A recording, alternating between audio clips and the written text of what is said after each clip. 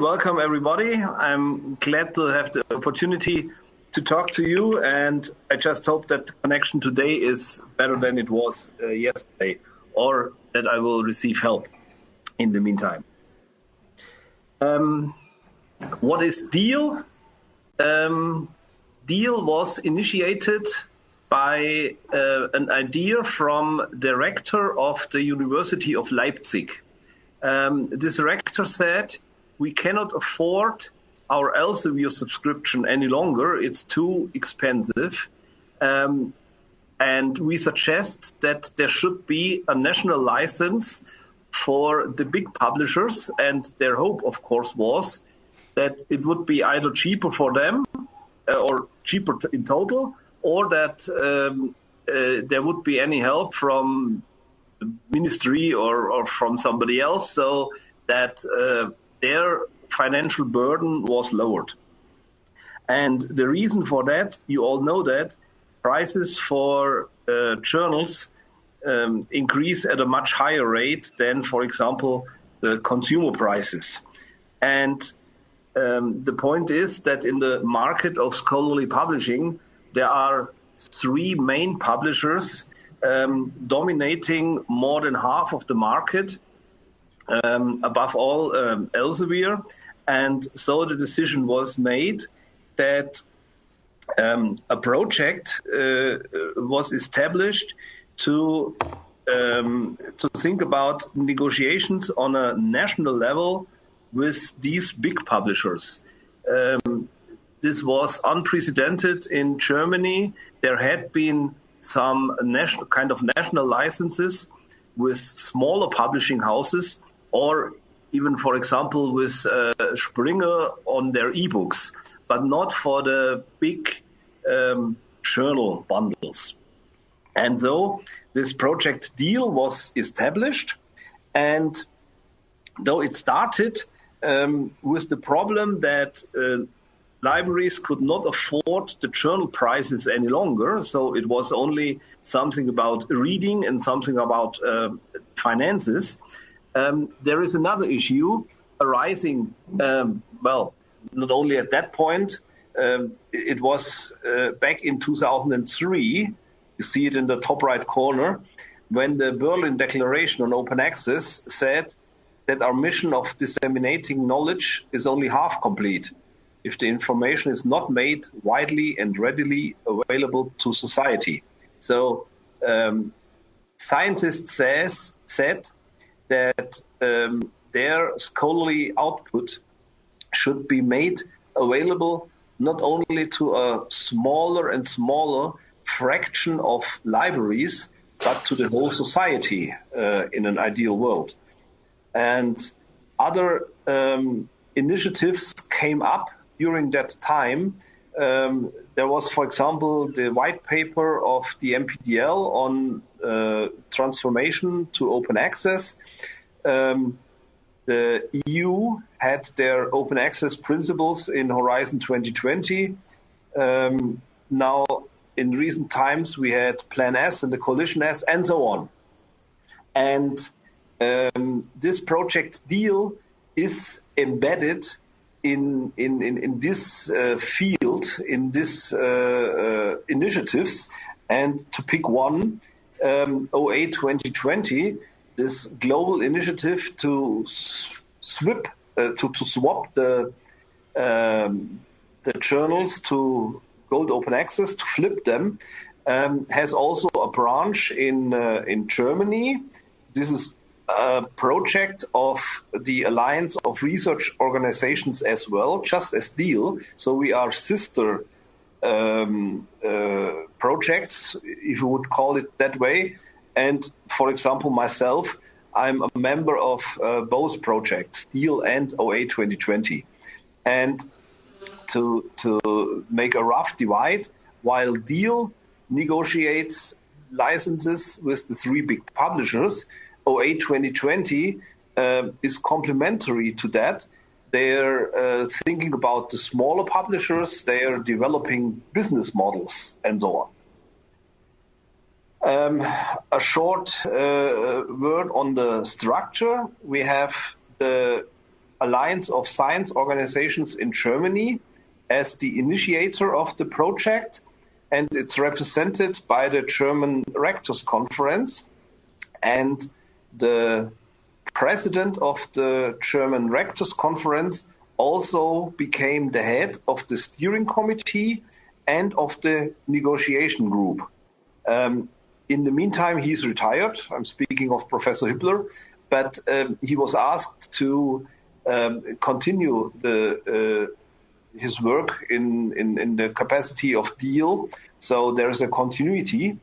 And it was very important that we had a good representation of the universities, because roughly 2/3 of the journal output and of the finances is coming from the universities. So they have to be included very good.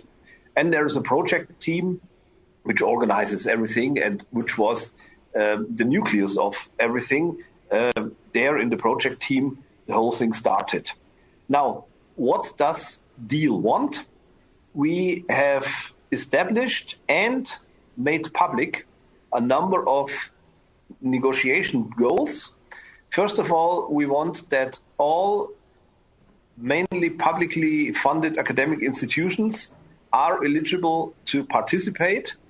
To give you a rough number, the large publishers have in the order of 300 customers, academic customers in Germany, but under this definition, there fall 2 or maybe even 3 times more institutions. So in the end, it might be 1,000 which are eligible, but they won't participate. I mean, for example, a police academy will be eligible, but they're not interested in Elsevier journals, so they won't participate. So no one should be surprised if in the end there are far less than 1,000 participants, actual participants. What we want is a so-called publish and read model, and the word order is significant. We do not have a read and publish contract. We have a publish and read contract. And the importance of the word order is that the pricing is according to the publishing output and not according to reading, which could be historical subscription volumes, which could be the amount the publisher publishes or something like that. No, the pricing should be according to the publishing output of the institutions or of the consortium as a whole. And what we want is that all publications from submitting corresponding authors from participating institutions are immediately upon publication made open access, preferably in a CC BY license. And for the read component, that all participating institutions have access to all journals from that publisher and that they have perpetual access for this complete e-journal portfolio. The pricing should be, as said, that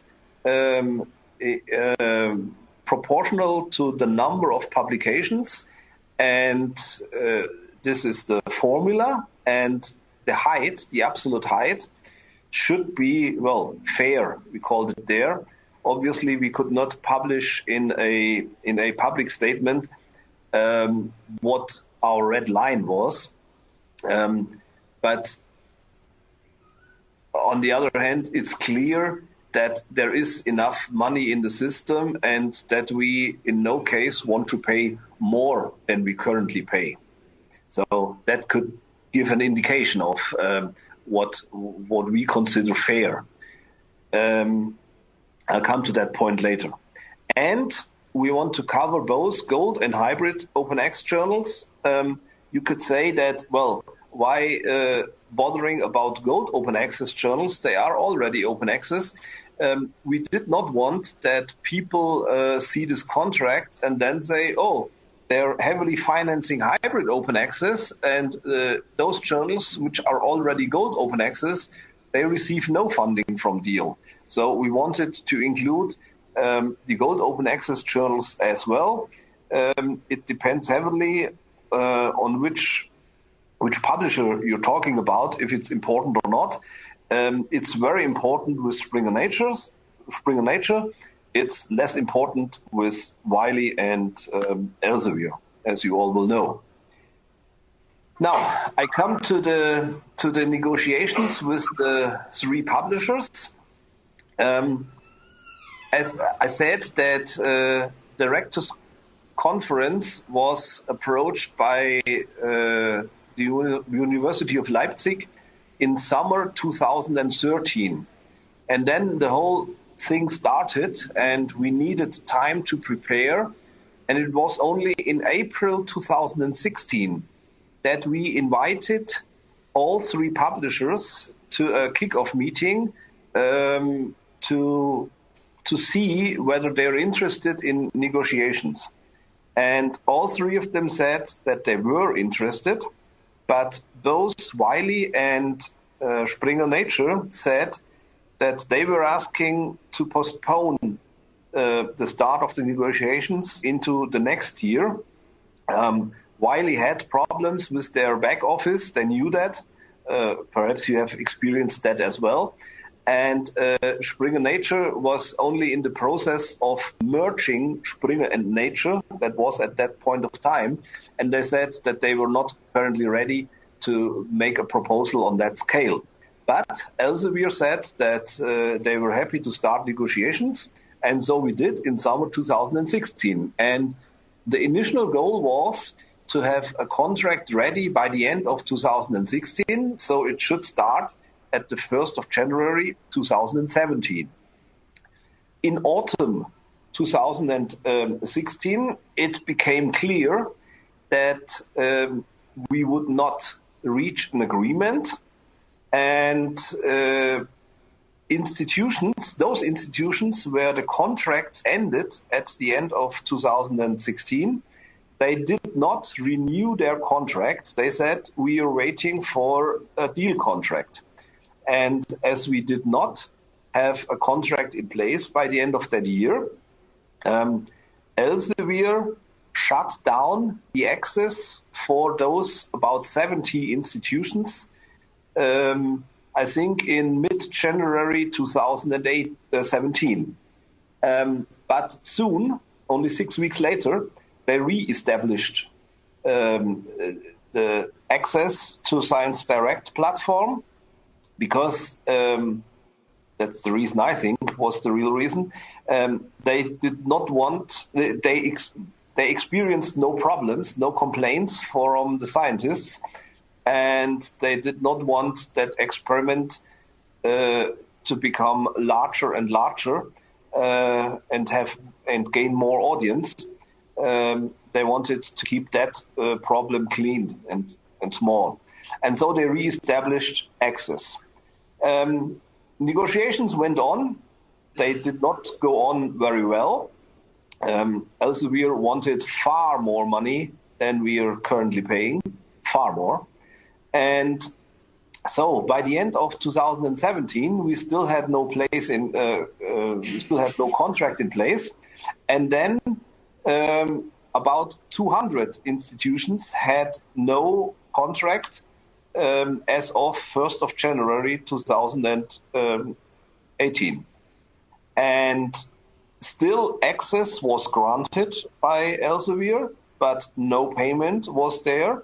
So there were about 70 institutions who did not pay for a whole year, but had access, and further 130 institutions did not pay and still had access.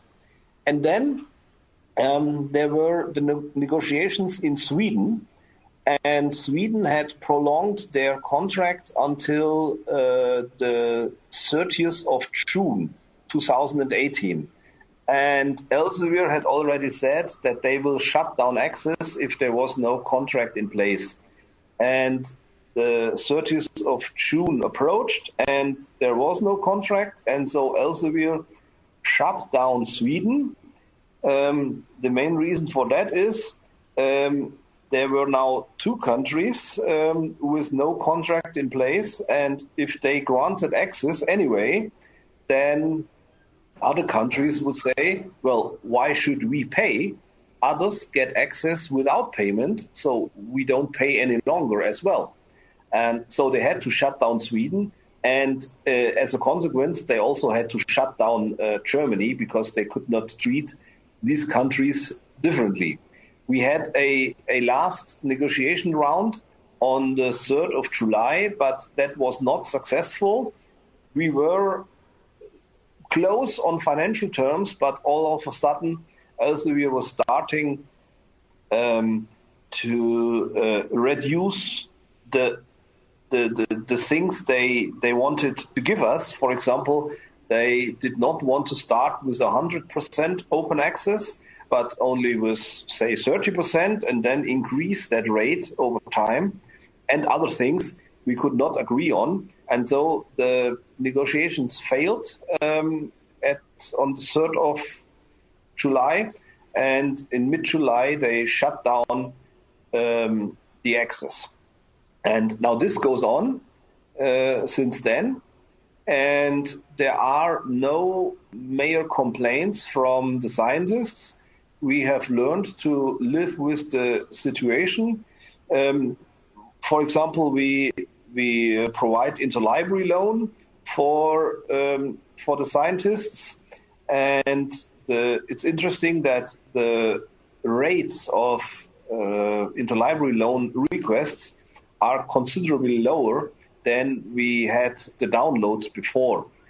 To speak for my own institutions, we still have download numbers in the order of 70% of the former download numbers. I'm speaking of the first quarter of this year as compared to the first quarter of last year.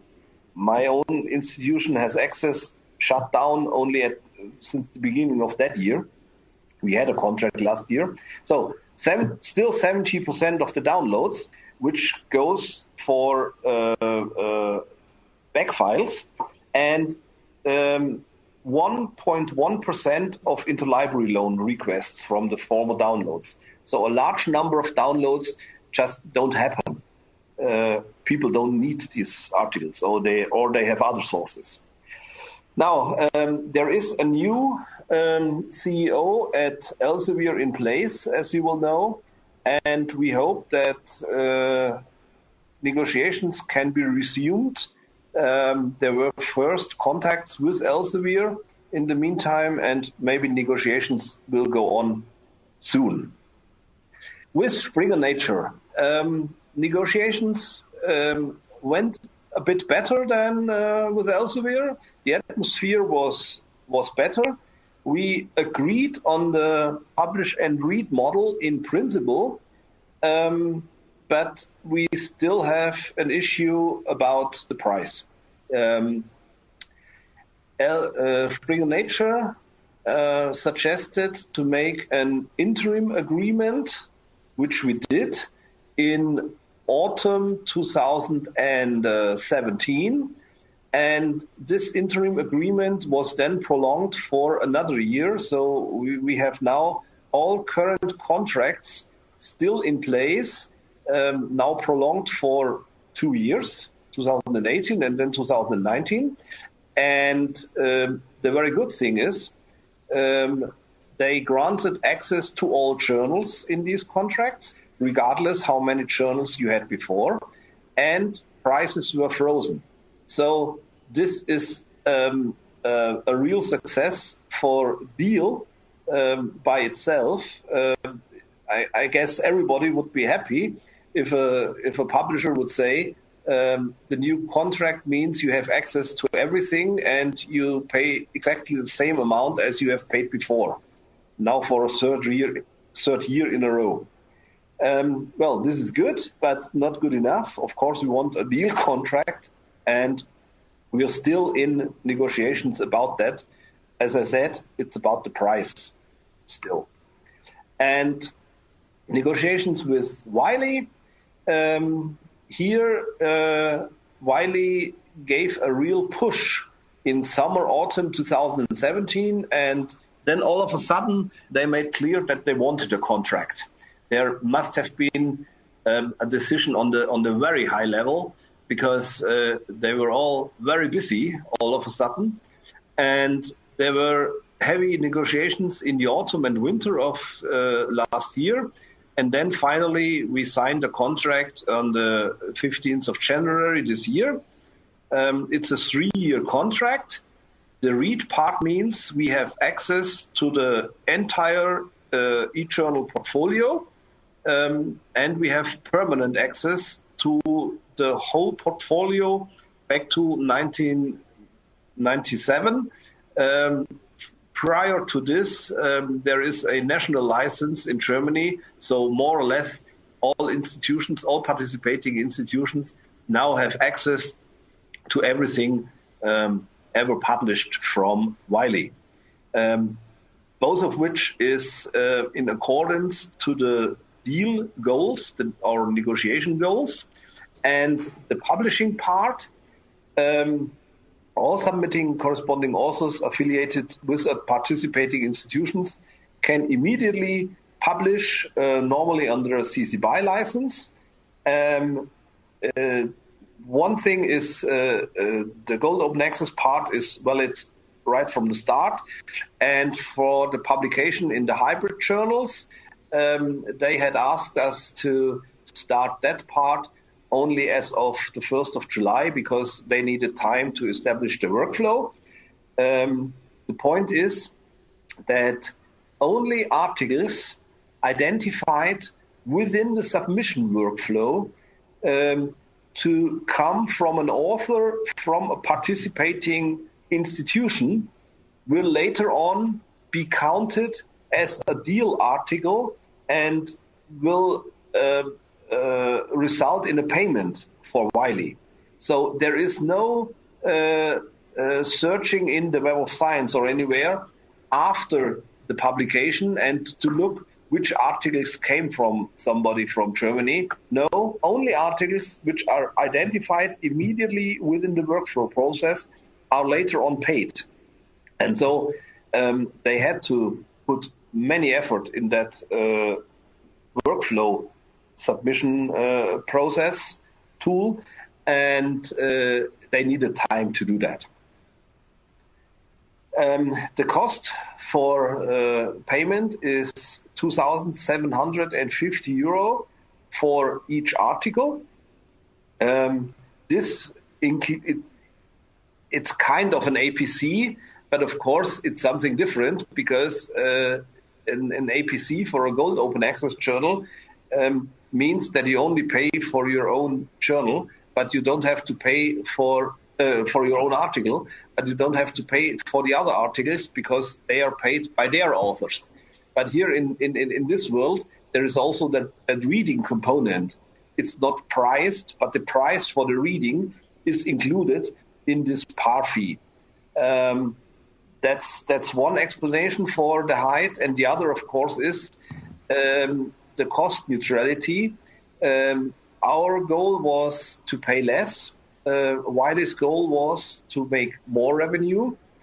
What we've reached is something where we think it's rather cheaper than more expensive. It depends on the number of publications. Wiley expects a significant rise in the number of publications, and if there should be a significant rise, 10% more, then they will make more revenue, but only then. So we'll see. And for the Gold Open Access articles, journals, there is a discount of 20% on the list price. Now, coming back to that par fee, I said it's high, and it's really high if you compare it to other publishers.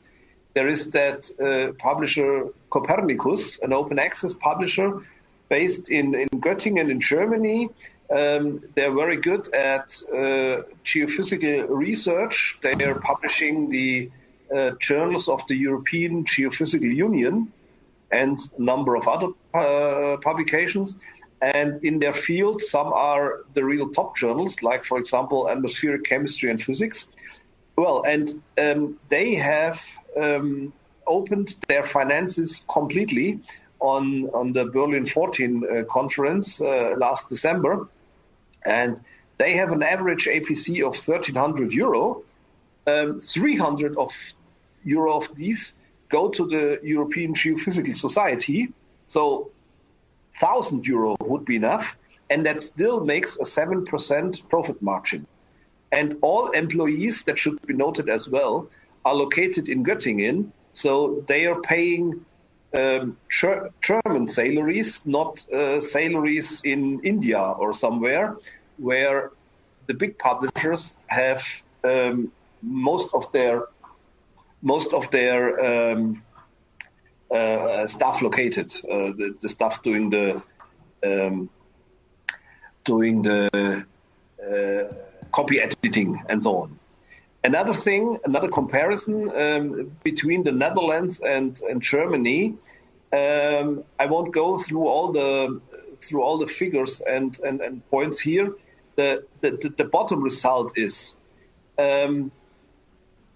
we have a much higher cost per article than the Netherlands have.